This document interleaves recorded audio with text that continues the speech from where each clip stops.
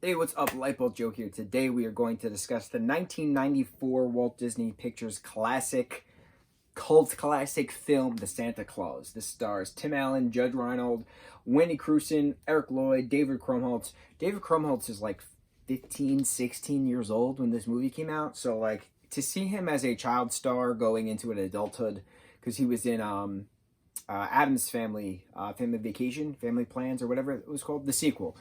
He's been unproblematic. He's done a bunch of stuff. He was on a TV show called Numbers for a long time. I love David. He's iconically known to my gen for Harold and Kumar Go to White Castle as well. So he's great. Now Judge, it's weird because everyone knows him from the cult classic Fast Times at Ridgemont High, right? So then to see him play an adult psychiatrist stepfathering a child, about to stepfather a child, it's just strange seeing him go from two extremes. Tim Allen is the comedy king that he is, but it's interesting because he had a lot of legal troubles with certain drug paraphernalia back in the early 90s, but then he Home Improvement started on ABC in 91.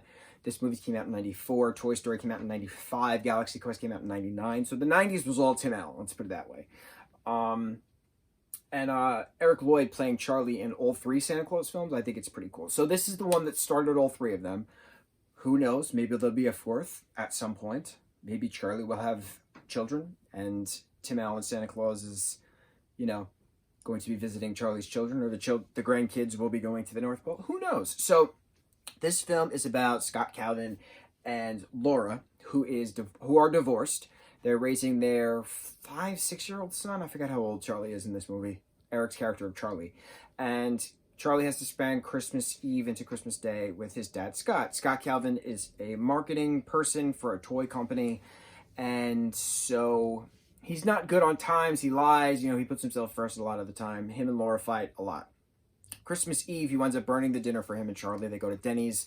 Their waitress's name is Judy. They're out of eggnog. They're out of hot chocolate. So Charlie goes, plain milk's fine. I've seen this movie a billion times. Me, my brother, our father, our dad loves Tim Allen. So we would watch this constantly in the 90s. Constantly. It's just what we would do. All of us, and our mom included, went to go see the sequel, Santa Claus 2 and Santa Claus 3 in the theaters. Like we're big, Santa Claus fans. So Charlie is then, tired, so Scott reads him A Night Before Christmas. Charlie's asking about a roast such a clatter, like what that line in the poem means. They all go to sleep, and then eventually there's a clatter on the roof. Turns out there's Santa Claus and the reindeer. Scott says, "Hey, you!" And the guy falls off the roof, presumed dead. Scott then pats him down, finds a card that says Santa Claus, and then on the back, put the suit on, my reindeer will know what to do, stuff like that. So Scott's in denial. Meanwhile, he's in his underwear doing all of this. He's got a winter jacket and boxer shorts. That's it. Hysterical. So they climb the ladder from A Rose Such a Clatter company, meet Comet the reindeer and all the other reindeers, get in the sleigh, go to a house. Scott puts the suit on, goes to other things. They get to the North Pole. Bernard, played by David Krumholtz, explains the clause, the Santa Claus, Clause, the clause like a contract. So it says, if you are the one who puts the suit on, you maintain the likeliness and perpetuity of the Santa Claus, being that he is, etc., etc. So you have to be back here at Thanksgiving. You have, 11 months to get your affairs in order, because you're the new Santa Claus. You're going to deliver the toys to all the kids around the world. So Charlie's all for it. Scott doesn't believe it at all. They meet elf Judy, who gives him hot chocolate and pajamas that have an SC on them, red pajamas with an SC. And then Scott and Judy have a very important conversation. He says, I see it. There's a polar bear directing traffic. I see it all. I don't believe it. And then she says, it's not surprising. Most adults can't believe in this. So she says, seeing isn't believing. Believing is seeing. Kids can't see this place to know that it's here. They just do. So that's one of my all-time favorite lines. Seeing isn't believing, believing is seeing. You don't have to see something to know that it exists. So it ties a lot of objectivity into faith, if you will, but it's not 100% on a religious faith aspect. It's about spirituality as well. So it's the duality of the belief. You don't have to see something to know that it exists. You just believe that it exists, and there it is. Spirituality, religion. Two sides of the same coin. It works. So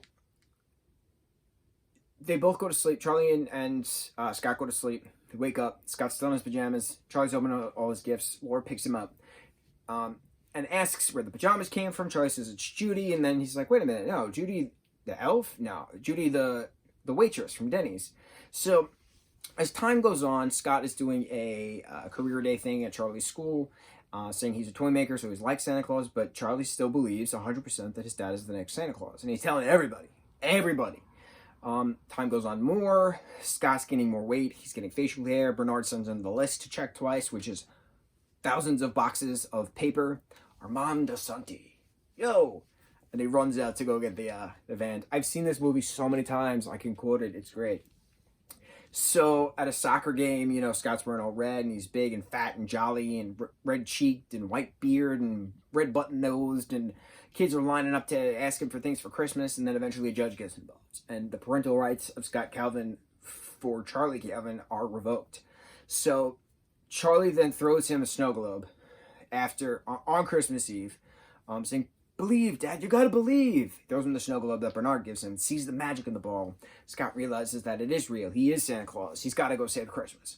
So he thanks Charlie. He steals Charlie away, despite his visitation rights being revoked. Goes to the North Pole. Charlie, Elves, and company come up with all these different things along the way to help Santa Claus, you know, not get caught, not get engulfed in flames, not be dead, right? The police are involved. It's a whole manhunt spree now. I think they live in Chicago. I think it's in Chicago, mainly. So Scott then drops Charlie off. Laura has a realization that Scott actually is Santa Claus. Neil, played by Judge, is still in denial. Bernard, played by David, shows up, magically disappears, throws him the pita back. I thought that was funny. I still have no idea if that's alfalfa in the pita sandwich. I think it's alfalfa. And Bernard tells Charlie that all he's got to do if he wants to see his dad again is just shake the snow globe and his dad will come. So his dad's going around the world, and Charlie shakes the snow globe and he waits outside, and his dad finally comes in the sleigh, and then they go and, you know, deliver some presents again with Laura screaming, Scott, Scott, Santa, saying, you know, don't let Charlie out. Don't keep Charlie out so late on Christmas Eve. So what's cool about this, a lot of things, especially how iconic the movie is. It's been, 26 years later, and people still actively watch this film, especially at Christmas time.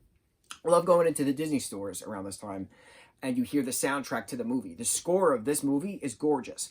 I love Santa's Workshop in this movie. The North Pole is great, but in Santa Claus 2 and 3, completely different set. I don't know what happened to the first set, but it's a completely different set. Also, a thing that I really love about this movie is that it's pure 90s. It's pure mid-90s, right? So you have animatronic reindeer mixed in with computer-generated images of flying, like Jumanji. Very much so like Jumanji, much like Jurassic Park. Jurassic Park was 93. This movie was 94. So you have an equal parts of specific animatronic and specific CGI. There wasn't really that much blending of the two back in the 90s. Obviously now, in the 2020s, a completely different story, but back then, really a big thing.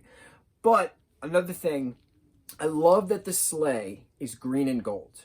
It is a pure, beautiful complement, because red and green are complementary colors. That's why they're Christmas colors. Of the red Santa suit and the green sleigh. Not many Christmas movies have a green sleigh. Most have like a wooden sleigh or a red sleigh with like golden or brass or bronze, you know, sleigh parts, decor. Like, what is the metal thing that the sleigh is actually riding on? The sleigh parts. I don't know anything about sleighs, but a lot of Santa sleighs are red. So to have a Santa sleigh being green, I love, because it's a complementary color thing. That's just the inner, you know, art freak in me freaking out. The inner interior designer going, beautiful, compliment. So yeah, an iconic film, an iconic classic. Seeing isn't believing, believing is seeing. That's all we need to do to spread the holiday cheer. Christmas all around, every time of year.